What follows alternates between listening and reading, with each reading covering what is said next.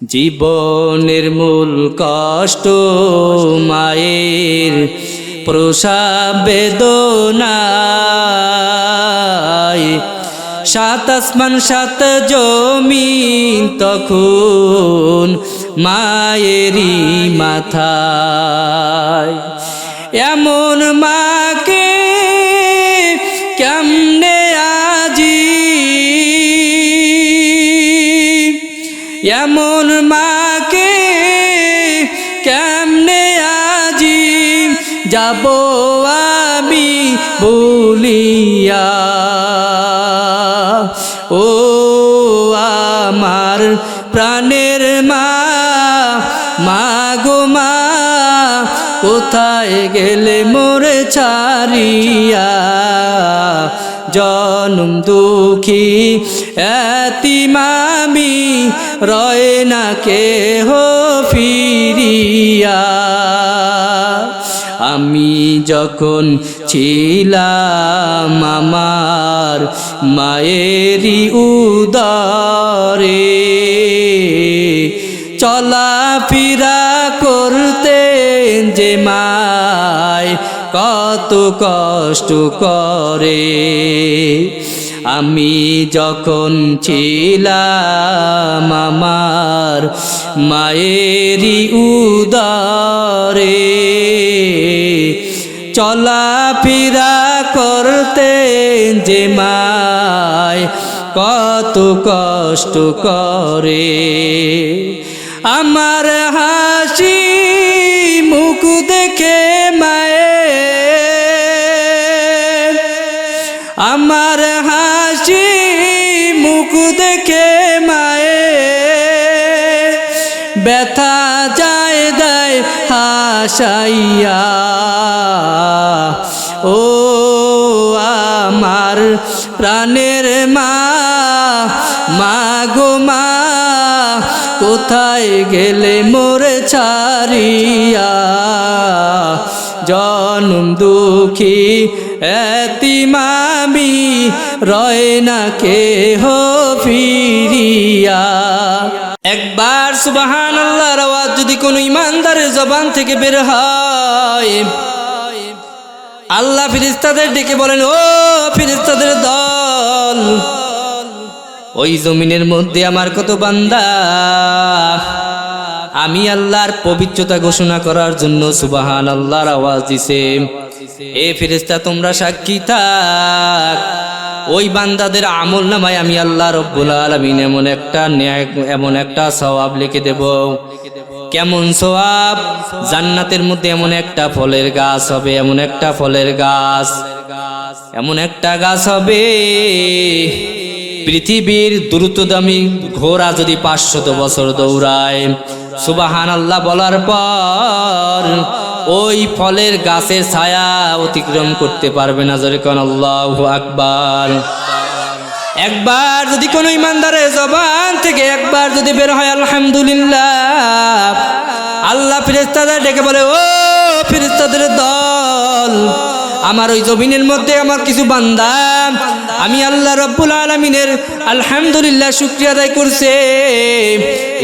এই ফেরেশতারা তোরা সাক্ষী থাক, যেই বান্দার জবান থেকে আলহামদুলিল্লাহ ইমানের সাথে বের হইছে, আমি আল্লাহ রব্বুল আলামিন ওই বান্দার আমল নামায় এমন একটা সওয়াব দেব, যেই বান্দার জবান থেকে আলহামদুলিল্লাহ শব্দটা বের হইছে, ওই বান্দার জন্য জান্নাতের 8টা দরজা আমি আল্লাহ খুলে দিলাম। জোরে কোন সুবহানাল্লাহ।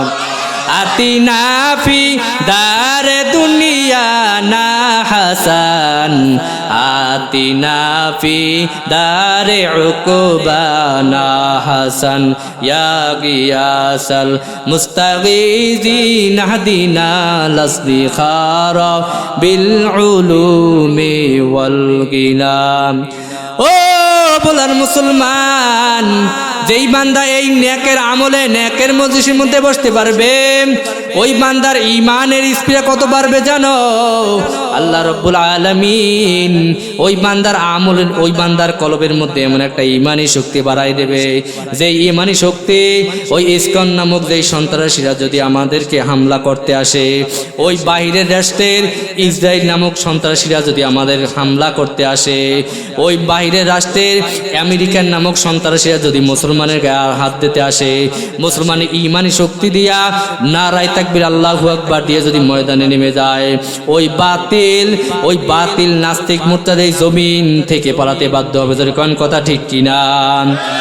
ও মুসলমান ইমানদার গো, এই জন্য ভালো করে শুনবেন মুসলমান, আল্লাহ তাআলা আমাদেরকে এই নিয়ামত দান করেছেন।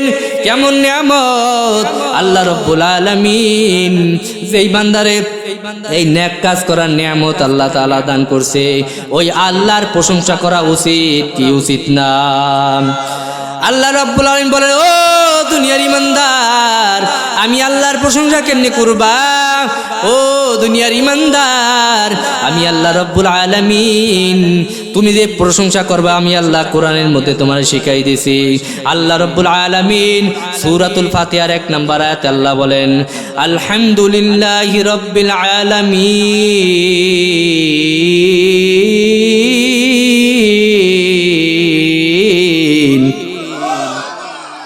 এই আল্লাহু আকবার আওয়াজ,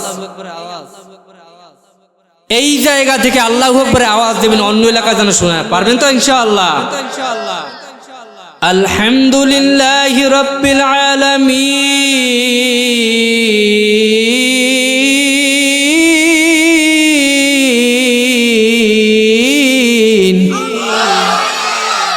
ই কালামে জিন্দা কুরআনে হাকিম, হিকমতে উ লা ইয়াজালাস তো কদিম, জামিউল ইলমি ফিল কুরআনে হাকিম।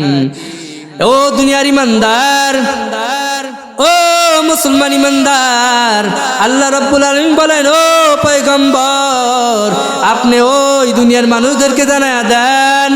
আল্লাহ রাব্বুল আলামিন সূরাতুল ফাতিহার 1 নম্বর আয়াতে আল্লাহ রাব্বুল আলামিন শিখাই দিয়েছে, আলহামদুলিল্লাহি রাব্বিল আলামিন। ও নবী আপনি বলে দেন সমস্ত প্রশংসা কার? আরো জোরে বলেন। ও বুরহানুদ্দিনের মুসলমান, আল্লাহ রাব্বুল আলামিন বলে, ও দুনিয়ার ইমানদার, ও পয়গম্বর আপনি জানায়া দেন আমি আল্লাহর কেমনে প্রশংসা করবে রে বান্দা? আমি আল্লাহ রাব্বুল আলামিন ওই বান্দারকে প্রশংসা করার জন্য সূরাতুল আনআমের মধ্যে আমি আল্লাহ রাব্বুল আলামিন সূরাতুল আনআমের 1 নম্বর আয়াতে আমি আল্লাহ শিখাই দিয়েছি, বান্দা বলো আলহামদুলিল্লাহিল্লাযী খালাকাস সামাওয়াতি ওয়াল আরদ। আল্লাহু আকবার। আল্লাহ রাব্বুল আলামিন বলেন, ও পয়গম্বর আপনি দুনিয়ার মানুষদেরকে জানায়া দেন, ও পয়গম্বর আলহামদুলিল্লাহিল্লাযী খালাকাস সামাওয়াতি ওয়াল আরদ। ও নবী আমার, দুনিয়ার মানুষ যেন আমি আল্লাহর প্রশংসা করে। আলহামদুলিল্লাহিল্লাযী খালাকাস সামাওয়াতি ওয়াল আরদ, সমস্ত প্রশংসা আল্লাহর, যেই আল্লাহ আসমান জমিন সৃষ্টি করেছেন। জোরে কোন আলহামদুলিল্লাহ। আল্লাহ আল্লাহ মিকুনাত শামসু কমার, আল্লাহ আল্লাহ মিকুনাদ সাজেরু হাজার, আল্লাহ আল্লাহ মিকুনাদ অর্দ ওয়া সামা, আল্লাহ আল্লাহ মিকুনাদ জাওয়া হাওয়া। আল্লাহর প্রশংসা করার জন্য বান্দার কোনো মাধ্যম লাগে না। জবান থেকে যে আমরা আলহামদুলিল্লাহ বলি, মুফাসসিরিন কিরাম বলেন যে আলহামদুলিল্লাহ লফজান জবানের প্রাথমিক শুকরিয়া আদায় হয়, কিন্তু বান্দার পরিপূর্ণ শুকরিয়া আদায় হবে কেমনে জানো? আমি আল্লাহ রাব্বুল আলামিনের পক্ষ থেকে যে নিয়ামত পাবা, এর পরিপূর্ণ শুকরিয়া আদায় কিভাবে হবে? যে আপনার একটা কাজ সামনে, যে কাজটা খুব কঠিন, কিন্তু আপনি আল্লাহর কাছে দোয়া করছেন, আল্লাহ আমার এই কাজটা আপনি সহজ করে দেন। এই সহজ করার কারণে দোয়া করার কারণে আল্লাহ তাআলা আপনার কাজটাকে সহজ করে দিয়েছে। যেই কাজটা আপনি সহজে পারতেন না, আল্লাহ তাআলা যে কোনো মাধ্যমে সহজ করে দিয়েছে। এটা আল্লাহর নিয়ামত কিনা জোরে বলেন। এই নিয়ামতের শুকরিয়া আপনি জবান থেকে আলহামদুলিল্লাহ পড়ছেন ঠিকই, কিন্তু এই নিয়ামতের শুকরিয়া আদায় করতে গিয়ে যদি আপনি ওযু করে 2 রাকাত নামাজ পড়ে আল্লাহ তাআলার দরবারে খুশি মনে অন্তর থেকে আবেগে 2 রাকাত নামাজ পড়ে যদি একটু কান্নাকাটি করে বলতেন, আল্লাহ গো এই কাজটা আমি অদম গুনাহগারের দ্বারা সম্ভব হতো না যদি আপনি এই মাধ্যমে না করাইতেন। আল্লাহ বলে, বান্দা ওই যে তুমি 2 রাকাত নামাজ পড়ছো, আমি আল্লাহ তাআলার তাসবিহ তাহলিল পড়ছো, এই কাজটা সুষ্ঠুভাবে হয়েছে বিধায়, এই জন্য আমি আল্লাহ তাআলা তোমার ওই 2 রাকাত নামাজ আমি আল্লাহর নিয়ামতের শুকরিয়া হিসেবে গণ্য করছি। জোরে কোন সুবহানাল্লাহ। এই জন্য সব সময় নিয়ামতের শুকরিয়া আদায় করতে হবে, সব সময়। আল্লাহ তাআলা এই শেষ জমানায়ও কিয়ামতের ছোট ছোট আলামত শেষ, বড় কিছু আলামত বাকি। উলামায়ে কিরাম বলেন বড় কিছু আলামত বাকি, এরপরই কিয়ামত। বেশি দূরে নেই। এই যে কিছুদিন আগে সিরিয়া বিজয় হয়েছে, রাসূলের হাদিস, এই শাম বিজয় হয়েছে, মানে কি জানেন? কিয়ামত খুব নিকটে। বেঈমান দাজ্জাল বের হবে। ঈসা আলাইহিস সালাতু ওয়াস সালাম 2 ফেরেশতার কাঁধে ভর দিয়ে সিরিয়ার জমিনে নামবেন। ইমাম মাহদী আসবেন, আমাদেরকে আহ্বান করবেন। কাফের আর ঈমানদারের মধ্যে যুদ্ধ হবে। কাদের মধ্যে? এই জন্য ঈমান এখন থেকে পরিপূর্ণ করার চেষ্টা করেন। এই যুদ্ধে যদি আপনি আমি আমাদের যদি খোঁজ নসিব থাকে, মুনাফিক যদি ভিতরে না থাকে, এই যুদ্ধে আপনি আর আমি যদি শরীক হতে পারি, আর শরীক হয়ে যদি শাহাদাত বরণ করতে পারি, সুম্মা আলহামদুলিল্লাহ, আল্লাহ তাআলা আমাদেরকে বিনা হিসাবে জান্নাত দান করবেন। আর এই যুদ্ধে গাজাতুল হিন্দ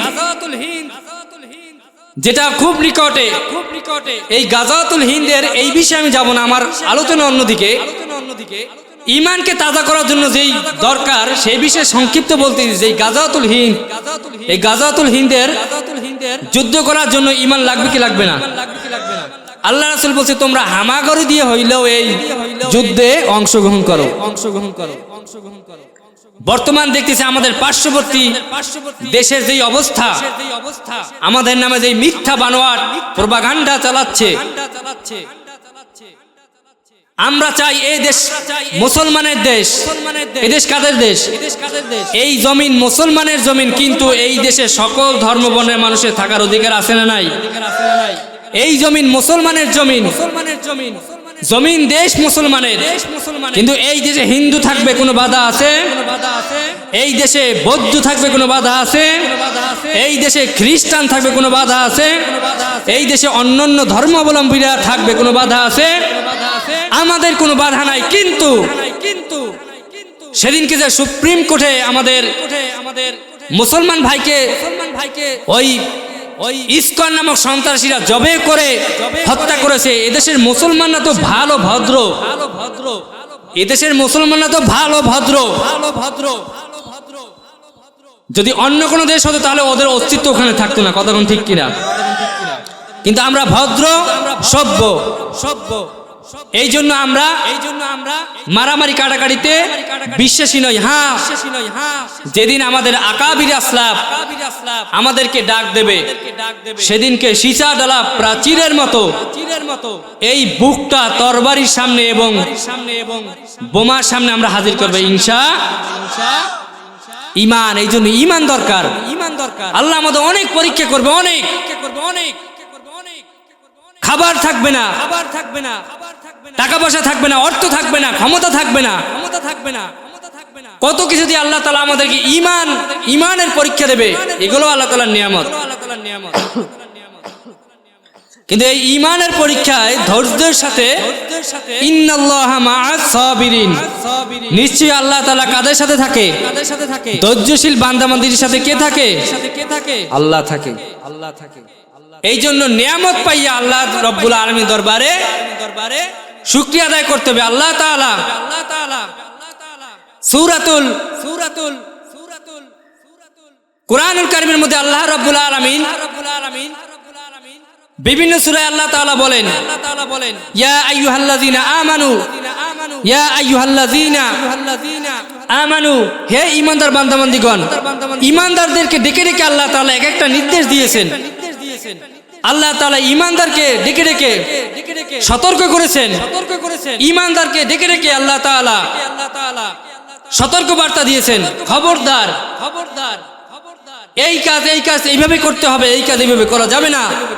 আর সেইটা আমাদের কানে পরিপূর্ণভাবে পৌঁছে গেছেন মুহাম্মদুর রাসূলুল্লাহ সাল্লাল্লাহু আলাইহি ওয়াসাল্লাম। আরে আজকে আমাদের ঈমানের পরীক্ষা দেখা যায়, আমরা নিয়ামত কিসে শুকরিয়া আদায় করি। আজকে যদি আমার ঘরের চুলায় 2 দিন পাক না হয়, তাহলে আমরা নাউযুবিল্লাহি মিন যালিক আল্লাহকে গালি দিতে করি না। অনেকে বলে আল্লাহ খালি আমার অভাবের মধ্যে, আমার ঘরের মধ্যে অভাব দিয়ে রাখছে, আর কোনো ঘর দেখে না তাকাইয়া। অথচ আল্লাহ তাআলা, আল্লাহর রাসূল প্রিয় হাবিব যদি চাইতো যে আল্লাহ আমাকে জান্নাত থেকে তুমি একটা জান্নাতের ফল খাওয়াও, প্রতি সেকেন্ডে সেকেন্ডে আল্লাহর রাসূল চাওয়ার সাথে সাথে আল্লাহ দিতেন কি দিতেন না? অবশ্যই দিতেন, কিন্তু আল্লাহ রাসূল চান নাই। সেই মায়ার রাসূল এই দ্বীনি দাওয়াতের জন্য, এই যে আমরা ওয়াজ মাহফিলে বক্তা উঠি, কত পুষ্পাস করে উঠি নাকি? অথচ সাহাবায়ে কিরামদের জীবনের দিকে তাকান, নবী রাসূলদের জীবনের দিকে তাকান, তাদের দাওয়াতের পরিধি দেখি। 7টা পাথর পেটের মধ্যে বাঁধার পরও সাহাবায়ে কিরাম আল্লাহ রাসূলের দরবারে এসে বলতেছে, ইয়া রাসূলুল্লাহ দেখেন আজ 3 দিন পর্যন্ত না খাওয়া পেটের মধ্যে 3টা পাথর লাগছে, আল্লাহ রাসূল আর পারি না।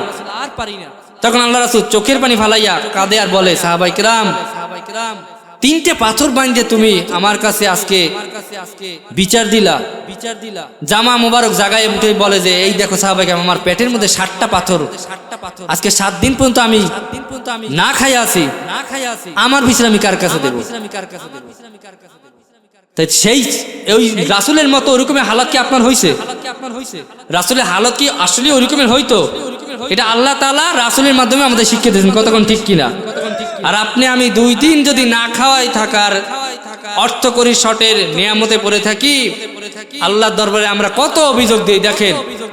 অথচ সাহাবায়ে কিরাম কেমন ঈমানওয়ালা ছিল, ঈমানের পরীক্ষা দিয়েছে কিভাবে?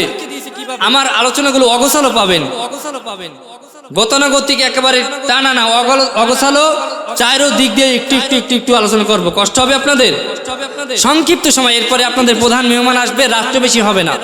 আবার আমরা বয়ান করে আগামীকালকে প্রোগ্রাম বরিশাল, 2 জনেরই বরিশাল, 2 জন বরিশাল চলে যাব। এই জন্য ঈমানি পরীক্ষা কোন সময় আসবে, ওটাও আপনার ঈমানি যে পরীক্ষা আসছে, গরিবী হালাত, ওটা বুঝবেন আল্লাহ তাআলার নিয়ামত। কারণ আল্লাহ তাআলা বলছেন না যে গরিবের 12 লোকের 500 বছর আগে জান্নাতে যাবে কারা? কথা কয় না, জান্নাতে যাবে কারা? গরিব। তাহলে গরিব হলে সমস্যা আছে?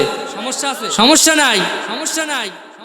সাহাবায়ে কিরামের জীবনে পড়ে দেখেন যে তারা কি পরিমাণ কষ্ট করছে, আল্লাহ তাআলা কি পরিমাণ পরীক্ষা দিয়েছে। এই পরীক্ষা পাশ হওয়ার পরই আল্লাহ তাআলা বলছেন, রাদিয়াল্লাহু আনহু ওয়া রাদুআন, আমি আল্লাহ তাদের উপরে খুশি, তারাও আমার উপরে খুশি। তোরে কোন সুবহানাল্লাহ। हकीकत से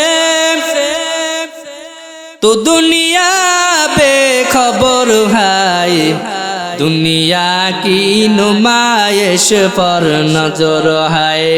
नमी गोयाम के आज दुनिया जुदाबाश, बहर खारे के बाशी बा खुदाबाश। ओ दुनियार ईमानदार, আল্লাহ রাব্বুল আলামিন আমাদেরকে এমন একটা পরীক্ষা দিবেন, যেই পরীক্ষা পড়ার পর ঈমান আমাদের দুর্বল হয়ে যাবে, ঈমান আমাদের ভিতর থেকে সরে যাওয়ার চেষ্টা করবে। আল্লাহ রাব্বুল আলামিন এই ঈমানকে মজবুত রাখার জন্য পয়গম্বরের আদর্শ মানতে বলছেন। যেই বান্দা পয়গম্বরের আদর্শ অনুযায়ী চলবে না, পয়গম্বরের আদর্শ মানবে না, ওই আল্লাহ রাব্বুল আলামিন ওই বান্দার ঈমানি শক্তি বাড়ায় দিবেন না, ঈমানই থাকবে না। পয়গম্বর আদর্শ কেমন জানো ও মুসলমান ইমানদার? আল্লাহর নবী বলেন, ও দুনিয়ার উম্মত, আমি পয়গম্বরের যারা সুন্নাত আদায় করবে, সুন্নাত অনুযায়ী জীবন চলবে, আল্লাহ রাব্বুল আলামিন ওই বান্দার জমিনের মধ্যে 4টা পুরস্কার দিয়ে তার মর্যাদা বাড়ায় দেবে। জোরে কোন সুবহানাল্লাহ। মান হাফিজা সুন্নতি আকরামাহুল্লাহু তাআলা বিআরবা'i হিসাল। ও মুসলমান গো, পয়গম্বর বলেন, ও দুনিয়ার উম্মত, আমি পয়গম্বরের সুন্নাত যারা মানবা, আল্লাহ রাব্বুল আলামিন তাদেরকে যে 4টা মর্যাদা দিয়ে, 4টা পুরস্কার দিয়ে দুনিয়ার জমিনে মর্যাদা বাড়ায় দেবে। 1 নাম্বার, আল মুহাব্বাতু ফি কুলুবিল বারারা। আল্লাহ রাব্বুল আলামিন ওই বান্দার অন্তরের মধ্যে, ওই বান্দার যেই বান্দা সুন্নতি অনুযায়ী জীবন চালাইবে, মহল্লার কোনো আল্লাহওয়ালা কোনো বুজুর্গ ব্যক্তির অন্তরের ভিতরে যেই বান্দা সুন্নত অনুযায়ী নিজের জিন্দেগিটাকে চালাইবে, আল্লাহ রাব্বুল আলামিন সুন্নতের বরকতে ওই মহল্লার আল্লাহওয়ালার অন্তরের ভিতরে তার প্রতি মায়া আর দোয়া ভালোবাসা বাড়াই দেবে। জোরে কোন সুবহানাল্লাহ। ও দুনিয়ার ইমানদার, 2 নাম্বার কি জানো? আল হাইবাতু ফি কুলুবিল ফাজারা। আমার নবী কয় 2 নম্বরে আল্লাহ রাব্বুল আলামিন ওই সুন্নাতওয়ালার অন্তরের ভিতরে এমন একটা সাহসী মানে শক্তি বাড়াই দিবে, ওই এলাকার বড় গুন্ডা, বড় মাস্তান বলে পিছনে বসে কয় অমুক এলাকার হুজুর রে পাইলে খবর আছে, কয় নাকি কয় না? কয়নি? আর পিছনে বসিয়া কয় বলে অমুক মাদ্রাসার মহাতামিম রে পাইলে খবর আছে, ওই মসজিদে ইমাম সাহেব এমন একটা কথা বলছে যেই কথাটা আমার গায়ে লাগছে, ওই ইমাম সাহেব রে পাইলে খবর আছে। ওই যে এলাকার যত গুন্ডা, যত বদমাশ আছে, যারা টুপিওয়ালাদেরকে দেখতে পারে না, ওই ইমানদার, ওই সুন্নতি ব্যক্তি, যেই ব্যক্তি সুন্নাত আদায় করছে, সুন্নতে নিজের রঙিন সাজাইছে, আল্লাহ রাব্বুল আলামিন ওই সুন্নাত আলার প্রতি ওই গুন্ডা বদমাশের ভয় আল্লাহ ঢুকাই দেবে। জোরে কোন সুবহানাল্লাহ। ও বলার মুসলমান, আল্লাহ রাব্বুল আলামিন 3 নম্বরে কি নিয়ামত দেবে জানো? আল্লাহ রাব্বুল আলামিন পয়গম্বর দিয়ে জানাই দিয়েছে। পয়গম্বর কয় আল্লাহ রাব্বুল আলামিন যেই 3 নম্বরে যেই বরকতটা দান করবে, ওয়াসাতু ফিল রিজক, আল্লাহ রাব্বুল আলামিন ওই বান্দার সুন্নাত আলাপতির বান্দার লাইফের মধ্যে তার জীবন দশে আল্লাহ তাআলা রিজিকে বরকত বাড়াই দেবে। জোরে কোন সুবহানাল্লাহ। 4 নাম্বার কি জানো? ওয়াসিকাতু ফিদ্দিন, আল্লাহ রাব্বুল আলামিন ওই সুন্নাত আলা সুন্নতের মহব্বতী বান্দার অন্তরের ভিতরে আল্লাহ রাব্বুল আলামিন দ্বীনের মধ্যে যে ইস্তেকামতের সাথে থাকতে পারে, আল্লাহ তাআলা ওই বান্দার অন্তরের মধ্যে সেই ঈমানি জজবা হালত তৈরি করে দেবে। জোরে কোন সুবহানাল্লাহ। আল্লাহ আল্লাহ क्या मुबारक नाम है, अल्लाह अल्लाह क्या मुबारक काम है। আল্লাহ রাব্বুল আলামিনের কত সুন্দর নিয়ামত। ও বলার মুসলমান, আল্লাহ রাব্বুল আলামিন আমাদেরকে যেই নিয়ামত দিছে, আজকে এই মজলিসের মধ্যে আল্লাহ রাব্বুল আলামিন এত হাজার হাজার লক্ষ লক্ষ মানুষের মধ্যে বেছে বেছে আল্লাহ রাব্বুল আলামিন আপনাকে যেই মজলিসের মধ্যে আসিয়া বসার তৌফিক দান করছে, এই শুকরিয়া যদি নিয়ামতের জন্য একটা শুকরিয়া আদায় করার জন্য সিজদায় পড়ে যান, আর এই সিজদা পড়ার পর এক সিজদা যদি আল্লাহ তাআলা কিয়ামত কায়েম করিয়া দেয়, এই নিয়ামতের শুকরিয়া আদায় কোনোদিন হবে না। জোরে কোন সুবহানাল্লাহ। কেমন ছিল পয়গম্বরের সাহাবী? ও দুনিয়ার ইমানদার গো, আল্লাহ রাব্বুল আলামিন কেমন দিলেন সাহাবীদের ঈমান, কেমন ছিল সাহাবায়ে কিরামের ঈমান। আল্লাহ রাব্বুল আলামিন যেই ঈমান দিয়েছিলেন হযরত বেলাল রাদিয়াল্লাহু তাআলা আনহুর ভিতরে, হযরত বেলাল কেমন ঈমান ছিল হযরত বেলাল রাদিয়াল্লাহু তাআলা আনহুর। আল্লাহর নবী বলে আমি যখন রওজা, আমি আল্লাহ রাব্বুল আলামিন যখন মেরাজে যাইতেছিলেন, আল্লাহ রাব্বুল আলামিন বলেন তার পয়গম্বরকে ওই মেরাজে বসিয়ে জানাইয়ে দিয়েছে, আল্লাহর নবী মেরাজে বসিয়া ওই বেলালের জান্নাতের মধ্যে হাঁটার পায়ের শব্দ বইছে। জোরে কোন সুবহানাল্লাহ। এই বেলাল কেমন বেলাল? ও দুনিয়ার ইমানদার, এই বেলাল হযরতে বেলাল ওই আফ্রিকার কালো বেলাল। আল্লাহ রাব্বুল আলামিন ওই বেলালের গায়ের অন্তরটা, গায়ের রংটা ছিল কালো, কিন্তু আল্লাহ তাআলা ওই বেলালের অন্তরের ভিতরে তার কলবটা ছিল, ঈমানটা ছিল দবদবে সাদা। জোরে কোন সুবহানাল্লাহ। ওই বেলাল ওই উমাইয়ার ঘরে কাজ করতো। হঠাৎ করে বেলাল একদিন জবান থেকে আল্লাহ জিকির করে, আল্লাহ রব্বুল আলামিন জিকির করে। আল্লাহ রব্বুল আলামিন ওই বেলালের ঈমানের স্প্রিয়া এমন দিছে, ওই বেঈমান উমাইয়ার সামনে বসিয়া আল্লাহর বান্দা বেলাল, হযরতে বেলাল উমাইয়ার সামনে বসিয়া আল্লাহ রব্বুল আলামিনের জিকির করে। ওই উমাইয়া ডাক দিয়ে বলে, ও বেলাল তুমি কার নাম ডাকো? ও বেলাল কার নামে এই মাত্র তুমি ডাকলাম? বেলাল ডাক দিয়ে বলে, উমাইয়া আমি যেই যার নাম ডাকছি তিনি হলেন আমার আল্লাহ, তিনি আমি বেলালকেও সৃষ্টি করছে, তোর মতো উমাইয়ারও সৃষ্টি করছে। কথা শুনিয়া উমাইয়ার মেজাজটা গরম হয়ে গেছে। উমাইয়া ডাক দিয়ে বলে, বেলাল আমি তো বড় বাবু, তুই এবার কোন প্রভুরে মানুষ ধরে কর নাউজুবিল্লাহ। ও মুসলমান গো, উমাইয়া ডাক দিয়ে বলে, এ বেলাল কারে আবার আল্লাহ মানো? এ বেলাল জানো না আমার ঘরে খাইয়া তুই আমার পরিয়া, এ বেলাল কারে আল্লাহ মানো? বেলাল ডাক দিয়ে বলে, যেই মাওলা আমারে বানাইছে আমি ওই মাসুক মাওলারে মানি। উমাইয়া ডাক দিয়ে বলে, বেলাল যদি এই আল্লাহর নামটা তোর জবান থেকে বন্ধ না করো, আমি উমাইয়া সৈন্যবাহিনীকে বলে দেবো তোকে শক্ত আযাব দিয়ে তোরে দমন করবে। বেলাল ডাক দিয়ে বলে, উমাইয়া এই জমিনের মধ্যে আমার মাওলা আমারে সৃষ্টি করিয়ে বানাইছে ইবাদতের জন্য। এই উমাইয়া আমি বেলালকে যদি আজকে আযাব দিয়ে মারতে মারতে দুনিয়া থেকে বিদায় করে দাও, আমি বেলাল কোনোদিন আমি বেলালকে যদি মারতে মারতে দুনিয়া থেকে বিদায় করে দাও, আমি বেলাল আমার মাসুক মাওলার নাম এই জবান থেকে ছাড়বো না। এর নাম হলো ঈমান। আর আজকে আমাদের ঈমানের হালত এমনই, পুলিশে দুইটা ডান্ডার বাড়ি দিলে সব ভুলে যায়। কতক্ষণ ঠিক কিনা? পুলিশে লড়াই দিলে আমরা সব ভুলে যাই। আইন তো সবার জন্যই সমান, আইনকে আমরা শ্রদ্ধা করি অবশ্যই, কিন্তু এই কথাটা এই জন্য বলছি যে আমাদের ঈমান কেমন, যে পিছনে দুইটা বাড়ি পড়লে আমাদের ঈমানের অবস্থা বোঝা যায় যে আমাদের ঈমান কেমন। অথচ বেলাল রাদিয়াল্লাহু তাআলা আনহুর উপরে যেমন আযাব, ওই উমাইয়া বেলাল রাদিয়াল্লাহু তাআলা আনহু তার সৈন্যবাহিনীকে ডাক দিয়ে বলে, সৈন্যবাহিনীরা ওই বেলাল আমার খাই আমার পরিয়া, ওই বেলাল আমার বিরুদ্ধে কথা কয়, ও সৈন্যবাহিনী ওই বেলালের জন্য শক্ত আযাবের ব্যবস্থা করো। উমাইয়ার আওয়াজ পাওয়ার পর ওই সৈন্যবাহিনীর দল ওই হযরতে বেলালের জন্য শক্ত আযাবের ব্যবস্থা করে দেয়। বলে বেলাল রাদিয়াল্লাহু তাআলা আনহু জমিনের মধ্যে শোয়াইয়া গরম আগুনের শক্ত কয়লা বিছাইয়া বেলালের ওই কয়লার উপরে শোয়াইয়া পেটের উপরে একটা বড় পাথর দিয়া দেয়।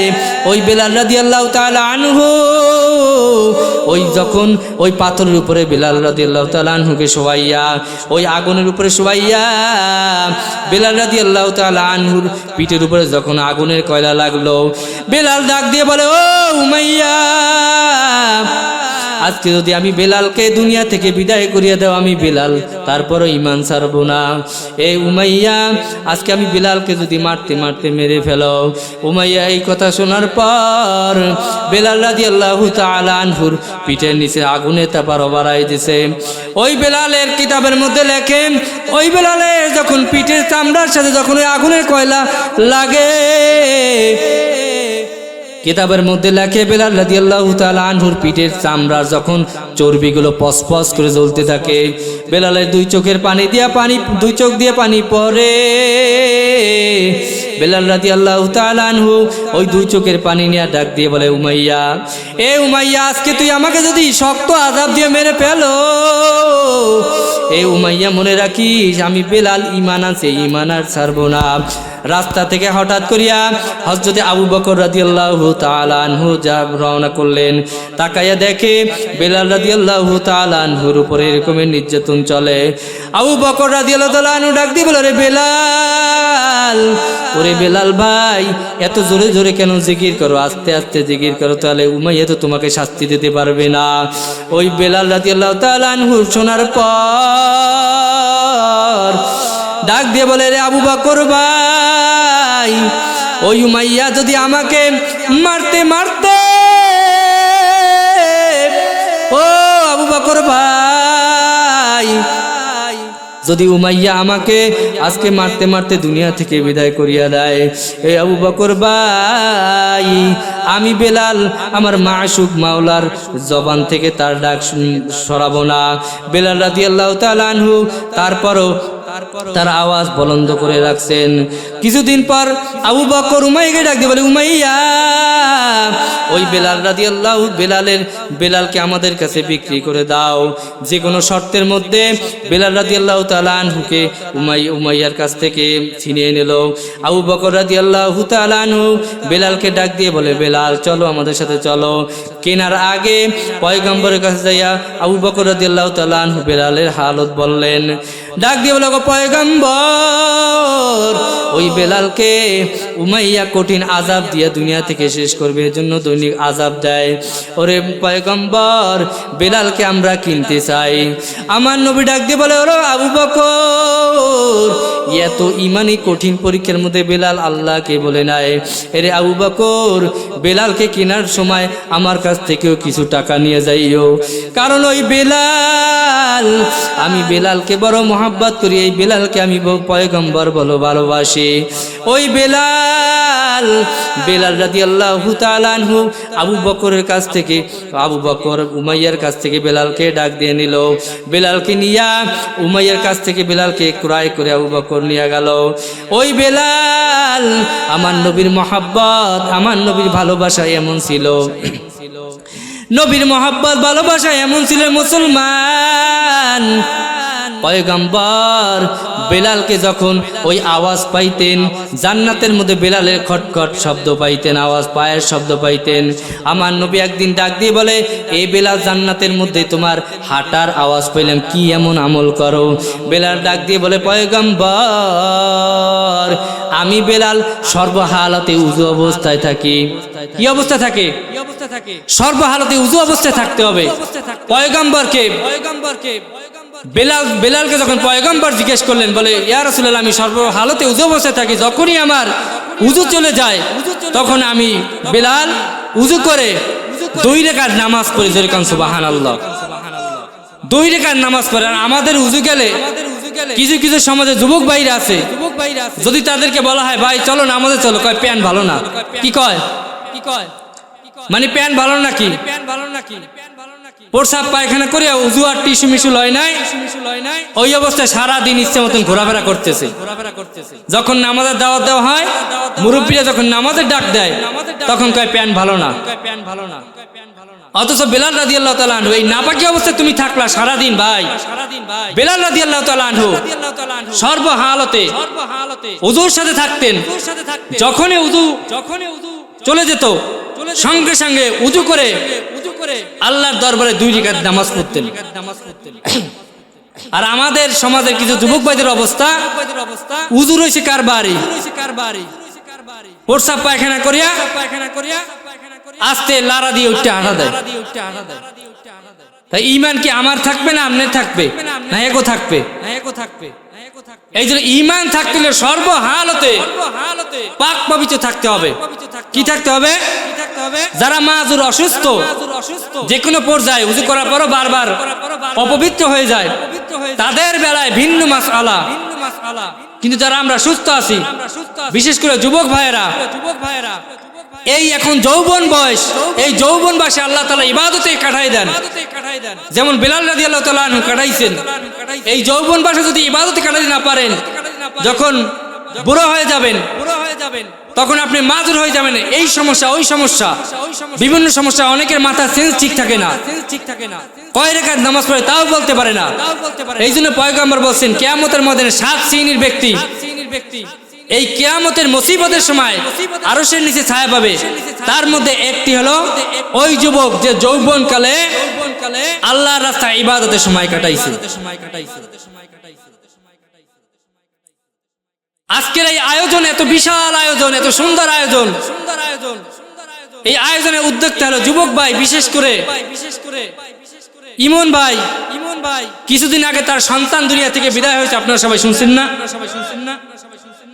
তাকে আমি ফোন করছি বরিশাল বসে, যে ভাই এইভাবে আপনার সন্তান দুনিয়া থেকে বিদায় হয়েছে, আমরা তো কিছু করতে পারবো না, দোয়া করতে পারবো আপনার জন্য, সান্ত্বনা দিতে পারবো। তখন উনি একটা কথা বলছে, যেই কথাটা সবাই বলতে পারে না, ইমানই পাওয়ার লাগে।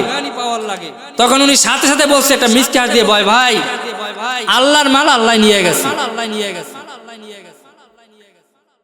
তখন তার সিচুয়েশন এমন ছিল যে কয়েকদিন আগে তার সন্তান মারা গেছে। সে বলবে হ্যাঁ ভাই আল্লাহ একটা সন্তান দিছিল, যেটা সচরাচর আমাদের সমাজে বলে যে আল্লাহ একটা সন্তান দিছিল, কিন্তু সন্তানটা বাঁচাতে পারলাম না, মরিয়ে গেল, আবার আল্লাহ নিয়ে গেল, কি যেন নিল, এইসব কথা বলে না আমাদের সমাজে। কিন্তু সে বলছে যে ভাই আল্লাহ একটা সন্তান দিছিল, কিন্তু এই সন্তান আল্লাহর সন্তান, আল্লাহর মাল আল্লাহ নিয়ে গেছে। তখন আমি বললাম ভাই ওই জান্নাতি পাখিটার জন্য আপনি দোয়া করেন, আর আল্লাহ রাব্বুল আলামিন যেন ওই পাখির সাথে আজকে আমরা যারা এই ময়দানে আসছি, ও তো নিষ্পাপ জান্নাতি, আল্লাহ তাআলা এই ময়দানে আমাদের সবাইকে ওই জান্নাতি পাখির সাথে যেন আল্লাহ আমাদেরকে কবুল করে। সকলে বলি আমিন। তাদের মা বাবা সহ পুরো পরিবারকে যেন আল্লাহ সবরে জামিল ইখতিয়ার করার তৌফিক দান করে। সকলে বলি আমিন। যুবক ভাইদের এই মাহফিল বয়ান করা লাগে তো যুবকদের নিয়েই, কিন্তু এই ইমানি হালত সাহাবায়ে কেরামদের যে ইমানি হালত বড় কঠিন হালত, যে ইমানি হালতের কথা শুনলে আমাদের মাথায় ধরে না।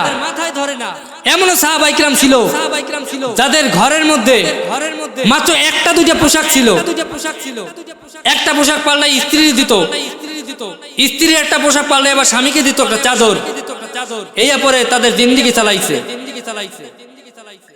সব সময় মনে রাখবেন, দুনিয়া সবকিছু খেয়াল রাখবেন, হাকিকত, দুনিয়ার হাকিকত কি, আমি কিভাবে চলতেছি, আমার চলা কিভাবে প্রয়োজন, এই দিকে আমাদের সব কিছু খেয়াল রাখতে হবে সব সময়।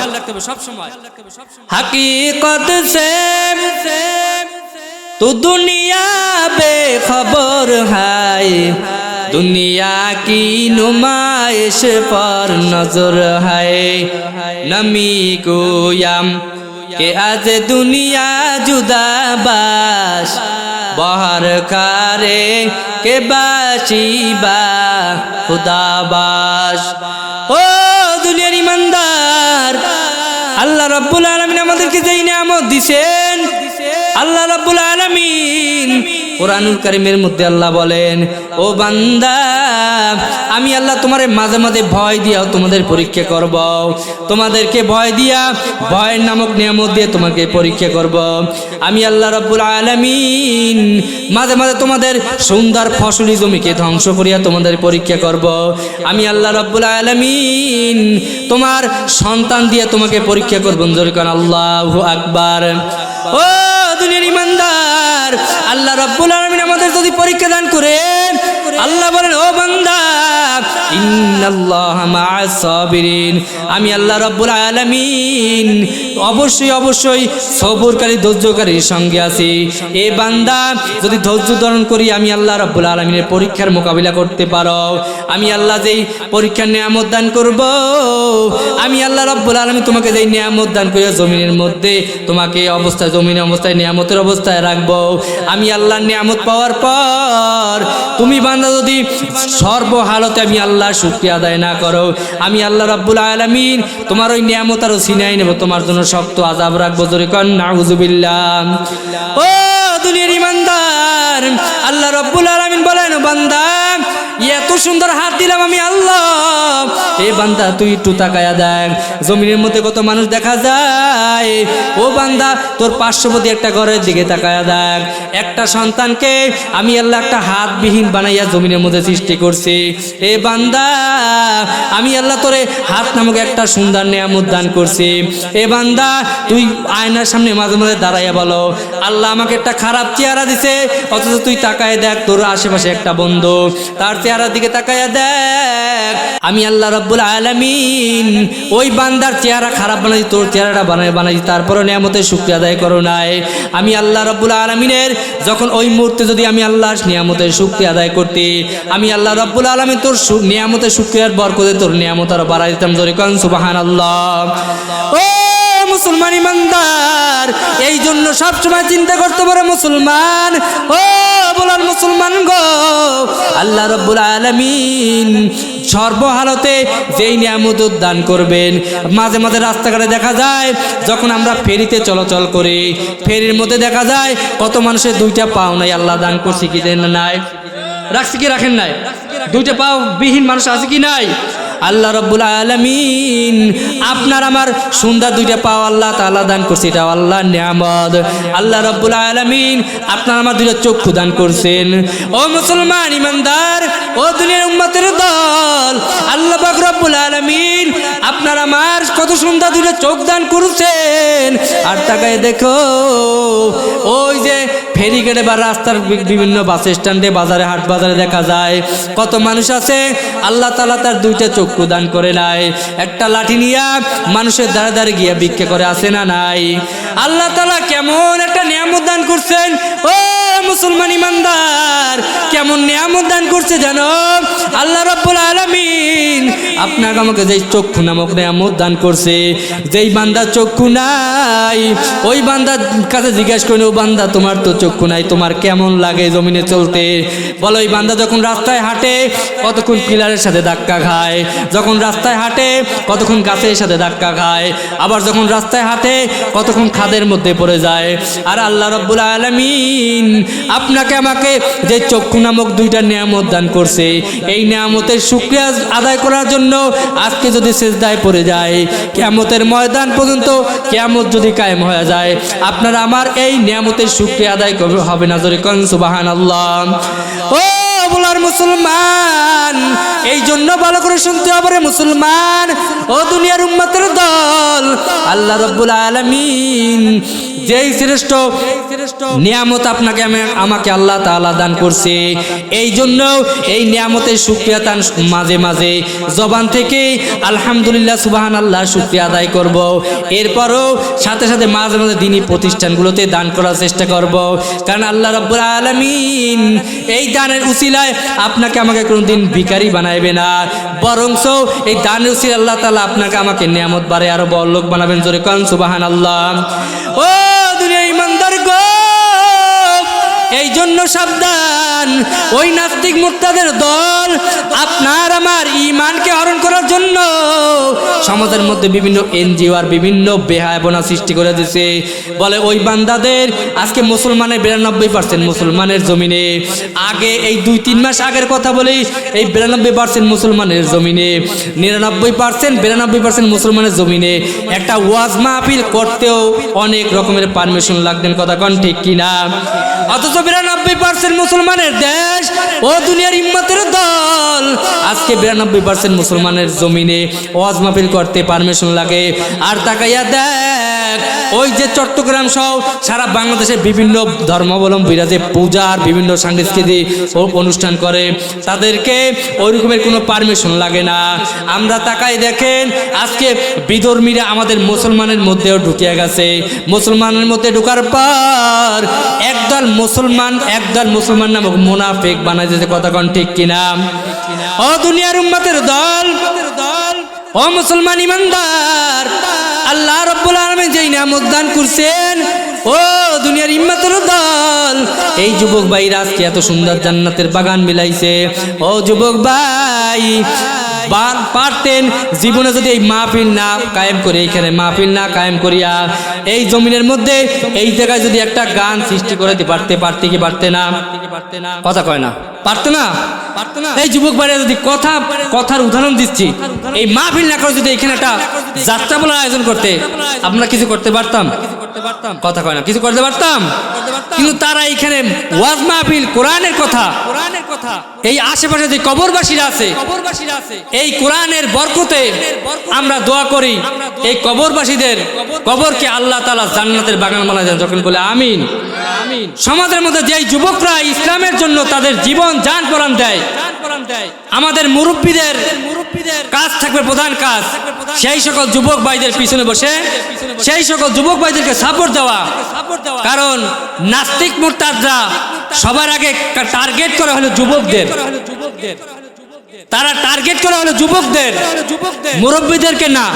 যেই সমাজে যুবকদের শক্তি যত বেশি, ওই সমাজে ওই কাজটা হয় বেশি। যেই সমাজে যুবকরা যেই কাজের উপরে আগ্রহী হয়ে মাঠে নামে, ওই কাজটা কায়েম হয়ে যায়।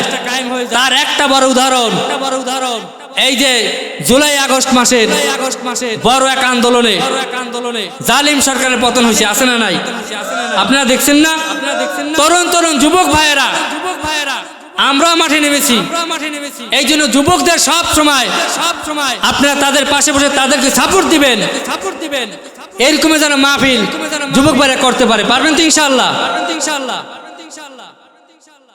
মুসলমানি বুয়াদ গর্দান নেহাদান ইনানে খুদ বদস্তে খাজাদান গর্ব সুরাত आदमी इंसाबुदे अहमद अबू जहलो हामिक साबुदे। ओ दुनियार ईमानदार, আল্লাহ রাব্বুল আলামিন এই জমিনকে সৃষ্টি করেছেন।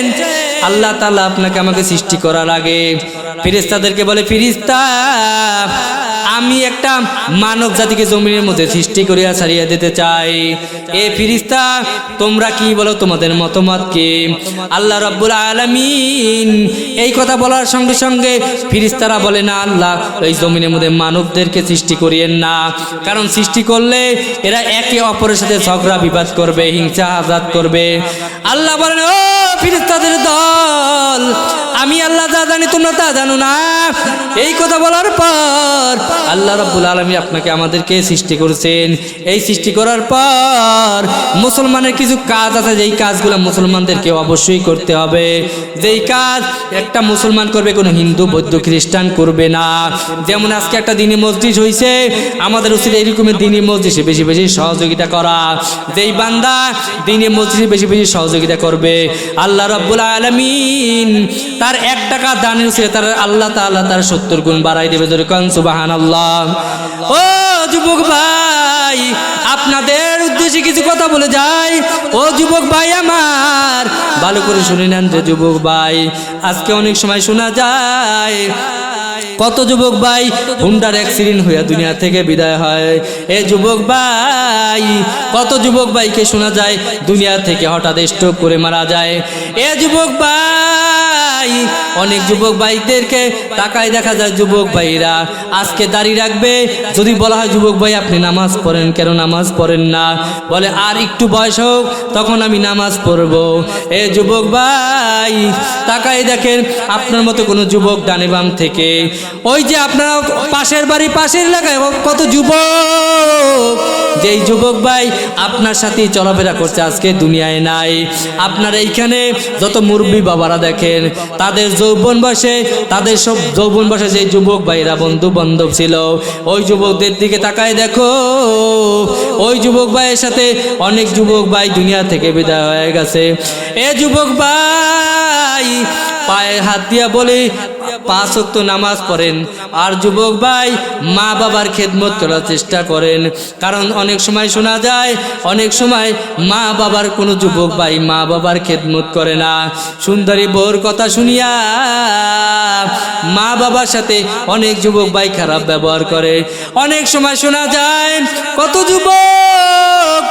যুবক ভাই, অনেক সময় শোনা যায় অনেক যুবক ভাই সুন্দরী বউর কথায় মা বাবাকে বৃদ্ধাশ্রমে পাঠায়। এ যুবক ভাই, মা বাবা হলো আপনার সবচাইতে বড় এক নিয়ামত। যেই সন্তানের মা নাই, যেই সন্তানের বাবা নাই, ওই সন্তানের কাছে জিজ্ঞেস করিয়া দেখো রে সন্তান, তোমার যখন মা ছিল, মা তোমার সময় অনুযায়ী তোমার খাবারটারে বাড়িয়ে দিত। এ যুবক ভাই, তোমার যখন বাবা ছিল, বাবা যখন ঈদ কুরবানি আসতো, তোমার বাবা তোমাকে সুন্দর 1000 টাকা জামা কাপড় কিনে দিত। যেই সব যুবক ভাই, যেই তোমার মা বাবা যখন দুনিয়ার মধ্যে জীবিত ছিল, ওই তোমার মা বাবা জীবিত থাকার পর তোমার জন্য কত খেদমত করিয়ে গেছে এই জমিনের মধ্যে, কিন্তু আজকে তোমার মা বাবা নাই। ওই মা বাবার জন্য আজকে মাহফিল বসে দোয়া করো, কারণ যেই মা 10 মাস 10 দিন তোমাকে আমাকে গর্ভে রাখছে, কত কষ্ট করার পর যেই মা তোমাকে আমাকে 10 মাস 10 দিন গর্ভে রাখার পর ওই মা তোমাকে আমাকে দুনিয়ার আলোর মুখ দেখাইছে। আজকে অনেক সময় শোনা যায় ওই মায়ের সাথে অনেক যুবক ভাই খারাপ ব্যবহার করি। এ যুবক ভাই পায়ে হাত দিয়া বলে যাই, আমিও একদিন থাকবো না, আপনি যুবক ভাইও একদিন থাকবেন না। কিন্তু আজকে যদি মায়ের গায়ে হাত তোলেন, বাবার সাথে বেয়াদবি করেন রে যুবক ভাই, মা বাবার সাথে বেয়াদবি করিয়া এই জমিনের মধ্যে কোনো যুবক ভালোভাবে থাকতে পারে নাই। বরঞ্চ অনেক একজন সাহাবীর ঘটনা শুনলে পাওয়া যায়, মায়ের সাথে বেয়াদবি আচরণ করছে।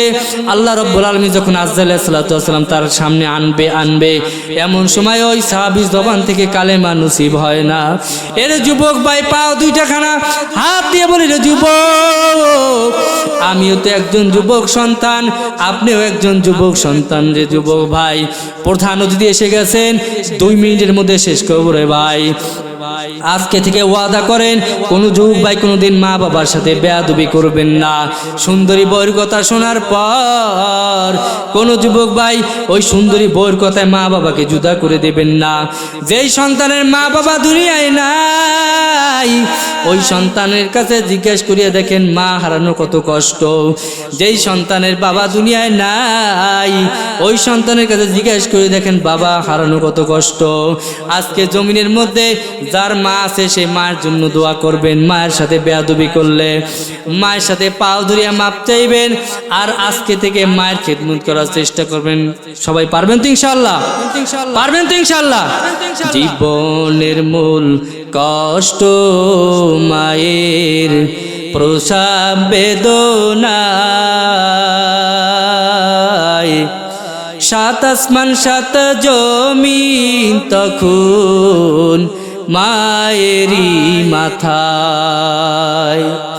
জীবনের মূল কষ্ট মায়ের প্রসব বেদনায়, 7 আসমান 7 জমিন তখন মায়েরই মাথায়। এমন মাকে কেমনে আজি, এমন মাকে কেমনে আজি যাব আমি বলিয়া। ও আমার প্রাণের মা, মা গো মা, কোথায় গেলে মোরে ছাড়িয়া।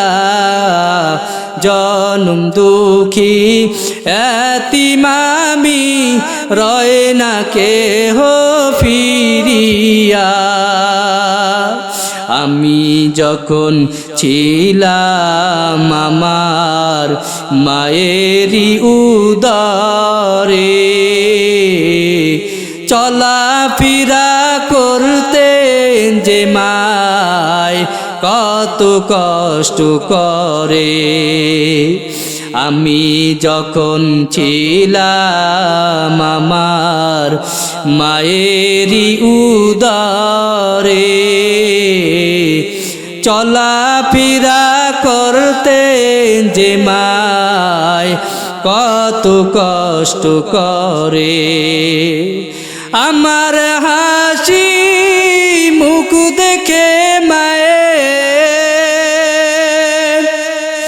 আমার হাসি মুখ দেখে মায়ের ব্যথা যায় দেয় হাসাইয়া। ও আমার প্রাণের মা, মা গো মা, কোথায় গেলে মোরে ছাড়িয়া। জনম দুঃখী এতিম আমি, রয় না কেহ ফিরিয়া। জীবনের মূল কষ্ট মায়ের প্রসব বেদনায়, সাত আসমান সাত জমিন তখন মায়েরই মাথায়। এমন মাকে কেমনে আজি, এমন মাকে কেমনে আজি যাব আমি ভুলিয়া। ও আমার প্রাণের মা, মা গো মা, কোথায় গেলে মোরে ছাড়িয়া। জনম দুঃখী ইয়াতীম আমি, রয় না কেহ ফিরিয়া। আজকে থেকে সবাই ওয়াদা করি মা বাবার সাথে আর কোনোদিন বেয়াদবি করব ইনশাআল্লাহ।